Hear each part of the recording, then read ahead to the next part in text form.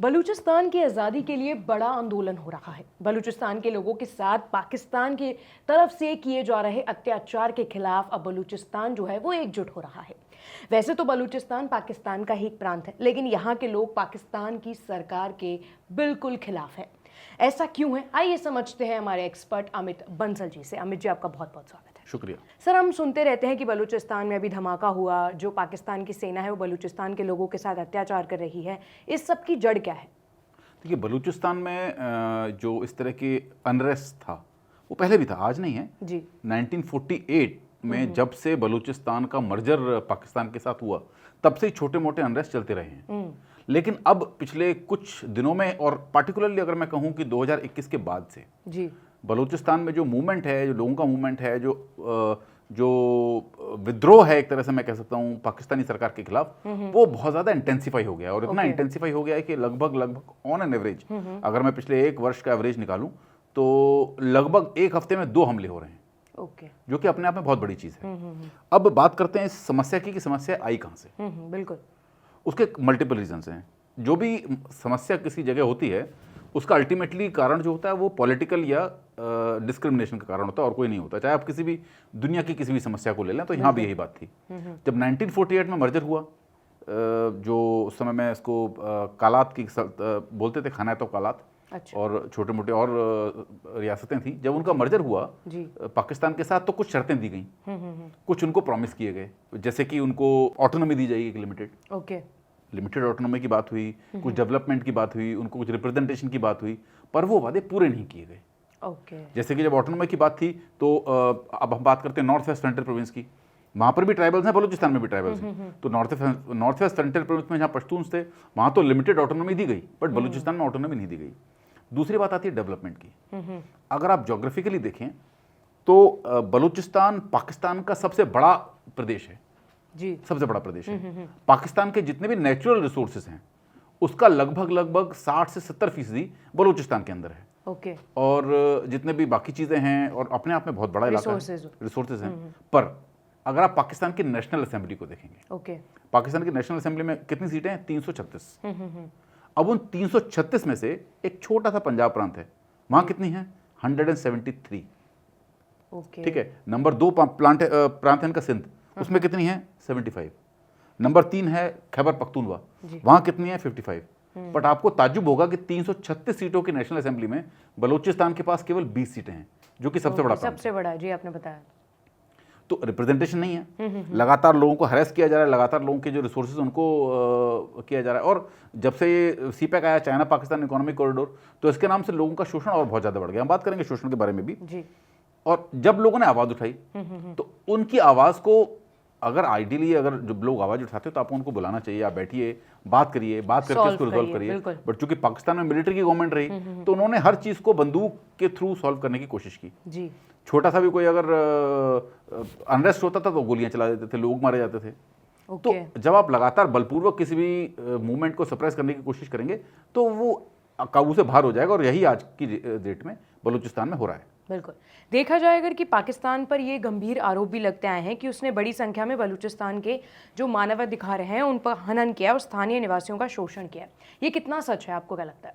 देखिए, आंकड़े बहुत ज़्यादा इसके बारे में कहते हैं और बहुत क्लियर है, इसमें कोई दो राय नहीं है कि मेरा व्यू है या किसी और का व्यू है जी। जैसे कि सबसे बड़ी प्रॉब्लम है बलूचिस्तान की फोर्स डिसअपीयरेंस की।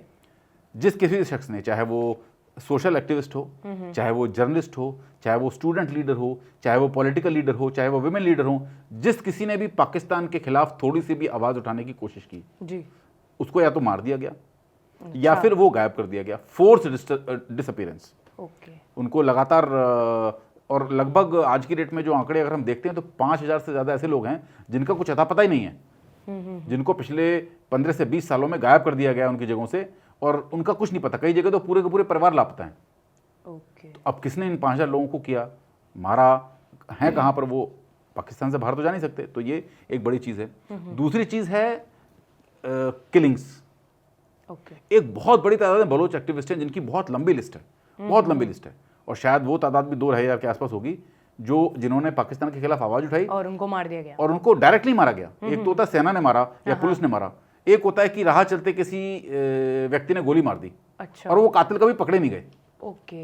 तो इस तरह के जो किलिंग्स हैं, जो आप एक तरह से इसको क्रिमिनल किलिंग बोल सकते हैं, तो इस तरह की किलिंग्स बहुत हुई हैं और बहुत बड़े बड़े एक्टिविस्टों को इस तरह मारा गया है। बहुत बड़े बड़े नाम हैं, शाहना शाहीन की बात है, अब्दुल रज़ाक हैं, नसरुल्लाह गदानी, बहुत लोग हैं जो बड़े बड़े लीडर्स थे जिनको इस तरह से मार दिया गया। और इनके जो हत्यारे हैं वो न तो कभी पकड़े गए और ना ही उनके ऊपर कभी कोई मुकदमा चला, केस हुआ और केस फाइल बंद कर दी गई। तो उससे पता लगता है कि इनको सरकार ने मरवाया।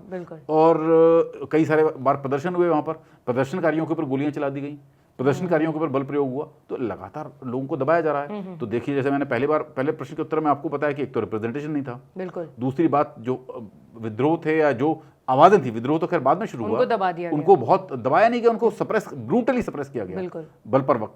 तीसरी बात, सबसे बड़ी बात आती है कि उनका जो शोषण हो रहा है। जैसे कि एक अभी एग्जाम्पल ले लेते हैं, बहुत ताजा एग्जाम्पल है, 5 साल पुराना एग्जाम्पल, ग्वादर का। जब China Pakistan economic corridor develop हो रहा था तो ग्वादर के अंदर एक बहुत बड़ी बस्ती थी और वहां पर लोग अपना मछली पकड़ करके जीवन यापन करते थे। तो इनको बोला गया, भाई आप यहाँ पर नहीं रहेंगे, आपको हम दूसरी जगह बसा देंगे, वहां पर आपको पानी भी देंगे, पीने का पानी देंगे, आपको रहने की जगह देंगे, आपको मछली पकड़ने के लिए अलग जेटी बना करके देंगे, सब कुछ देंगे, बट आप ये जगह खाली कर दीजिए क्योंकि यहाँ पर हमारा ग्वादर पोर्ट बनेगा। अच्छा, लोगों को जबरदस्ती हटा दिया गया, झूठे वादे दिए गए। इतने वर्ष हो गए, 2015 से आज तक ना उनको पानी दिया, ना उनको मछली, और अब उनके ऊपर प्रतिबंध लगा दिया कि आप अरब सागर में मछली पकड़ने नहीं जाएंगे। अच्छा, वो लोग भूखे मर रहे हैं, तो वो क्या करेंगे, विद्रोह करेंगे। इसी प्रकार से जिस तरह से उन्होंने इकोनॉमिक कॉरिडोर डेवलप किया, रोड डेवलप की, लोगों की जबरदस्ती जमीनें एक्वायर की, उनको कोई मुआवजा नहीं दिया, लगातार सप्रेस किया गया, उनको वादे कुछ और किए और डिलीवर कुछ और किया, तो ये शोषण हो रहा है। इस प्रकार से बहुत सारे प्रोजेक्ट्स हैं, चाहे ग्वादर का प्रोजेक्ट की आप बात करते हैं, जीवानी एक बहुत बड़ा प्रोजेक्ट है, वहाँ की बात करते हैं, या फिर आप काफ़ी सारे माइंस हैं, वहाँ पर कोल माइंस भी हैं और कॉपर वगैरह की माइन भी हैं, सैंडक माइंस भी हैं, वहाँ पर भी लोगों का इस प्रकार से शोषण हुआ है। जो वहाँ के लोकल लोग थे उनको रिप्रेजेंटेशन मिलना चाहिए था, बिल्कुल, उनको उनका हक मिलना चाहिए था, वो नहीं मिला। जो बोला वादा किया वो नहीं मिला, और अगर आप उस वादा किया पहले तो दिया नहीं आपने, और जब लोगों ने मारा तो उसका जवाब गोली से दिया गया। बिल्कुल। तो जब ऐसी सिचुएशन होती है तो उसमें विद्रोह होना बहुत स्वाभाविक है। बिल्कुल। एक और सवाल है मेरा कि पाकिस्तान जो है वो लगातार ये कहता आ रहा है कि जो बलूचिस्तान का जो आतंकवाद है वो उसका पीछे जो है भारत का हाथ है, इसमें कोई सच्चाई है? देखिए, एक बहुत लॉजिकली बात करते हैं जी, बहुत लोग कहते हैं कि बलूचिस्तान के पीछे भारत का हाथ है, भारत का हाथ है, पर अगर आप लॉजिकली समझें तो भारत को बलूचिस्तान में विद्रोह करा के क्या हासिल होगा? बिल्कुल सही बात है, क्या हासिल होगा? देखिए, बलूचिस्तान ना तो भारत की बॉर्डर के साथ लगा हुआ है, ना भारत का कोई इसमें स्ट्रेटेजिक इंटरेस्ट है, ना भारत का इसमें कोई टेक्टिकल इंटरेस्ट है, और ना कोई अगर बलूचिस्तान कल को लिबरेट भी हो गया तो उससे भारत को कोई अचीव होने वाला नहीं है। बिल्कुल। तो अगर इस तरह का कुछ है ही नहीं तो मुझे नहीं लगता कि भारत जैसा देश बेवजह की इन चीज़ों में अपनी एनर्जी और टाइम वगैरह बर्बाद करेगा। बिल्कुल।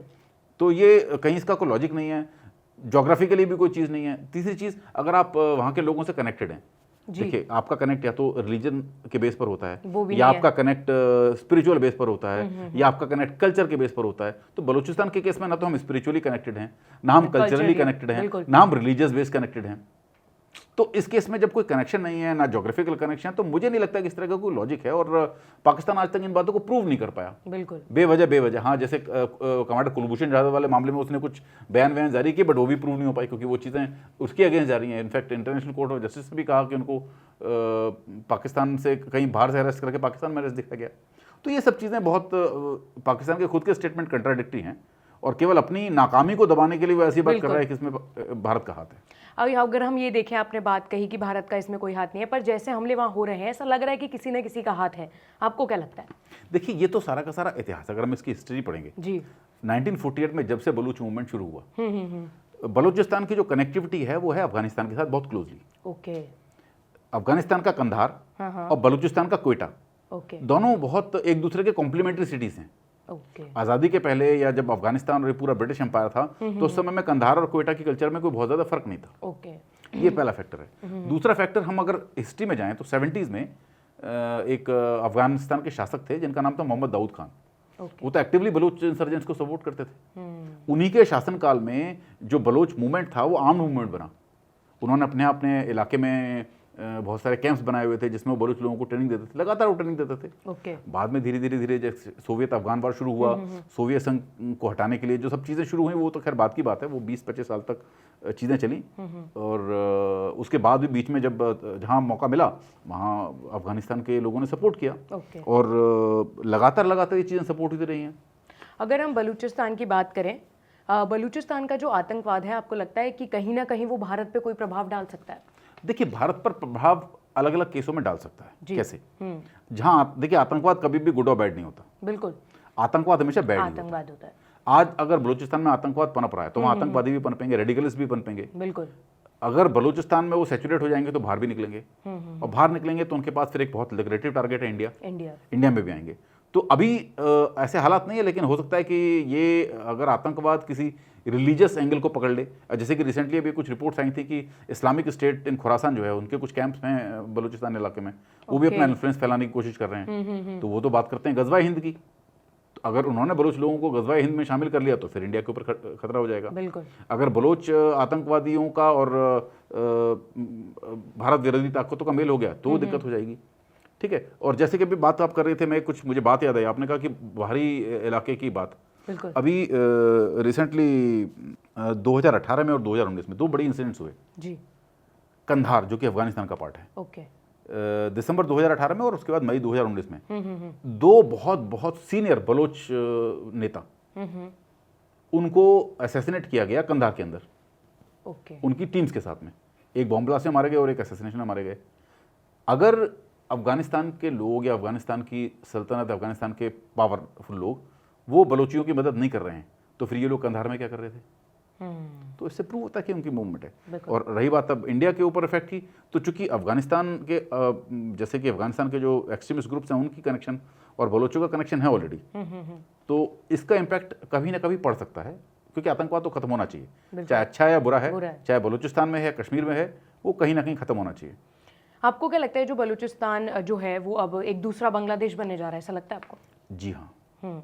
जिस तरह से बलूचिस्तान में मूवमेंट बन रहा है जी, और जिस तरह से आम वहाँ की जो जनता है वो खड़ी हो चुकी है पाकिस्तान के खिलाफ, बिल्कुल, और मुझे लगता है कि इतनी सेना भेजने के बावजूद भी पाकिस्तान उनके मूवमेंट को कंट्रोल नहीं कर पा रहा है, बिल्कुल, क्योंकि लोगों के अंदर गुस्सा बहुत है और आप इस गुस्से को बंदूक से नहीं रोक सकते हैं। आप कितनी गोलियां चलाएंगे? बलूचिस्तान में इतने लोग हैं, आप 2000 मारेंगे, 3000 मारेंगे, 4000 मारेंगे, 5000 मारेंगे, 1 लाख मारेंगे, बाकी लोग भी उठ खड़े होंगे। बिल्कुल। और पाकिस्तान वही गलती कर रहा है बार बार।